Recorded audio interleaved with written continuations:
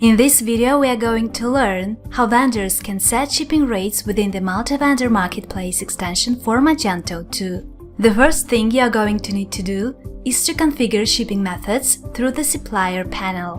Go to Vendor Portal, Settings, Shipping Methods. The supplier can change an existing method, remove or add a new one. The supplier can add the following shipping methods: flat rate, table rate, or free shipping.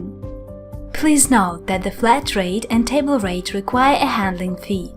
Flat rate is a fixed, predefined charge that can be applied per item or per shipment. The vendors need to enter a method name and specify a shipping rate. The table rate shipping method lets you set up a table to calculate shipping rates for a combination of conditions. The shipping rate can be based on the following conditions. The supplier should enter values in the default handling fee, choose a condition, and upload the CSV file like it is used in Magento table rates, so that shipping costs can be calculated automatically. And the last method is free shipping.